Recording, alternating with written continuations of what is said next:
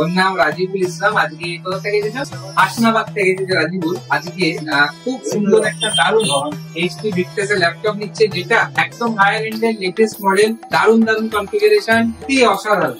এর আগে যে ভিক্টাসের ল্যাপটপ গুলো হতো, মানে একটু দর্শকের উদ্দেশ্যে বলতে চাইছি, আগের মডেল গুলোতে সিঙ্গেল ফ্যান থাকতো, একটা করে ফ্যান দিত। এখন এটা ডুয়েল ফ্যান করে দিয়েছে 2025 মডেল গুলোতে, দুটো ফ্যান করে দিয়েছে। তাই হিট আপ, যদি কোম্পানি ল্যাপটপটাতে হিট আপ না হয়, পিছন দিক থেকে এক্সস্ট সিস্টেম আছে।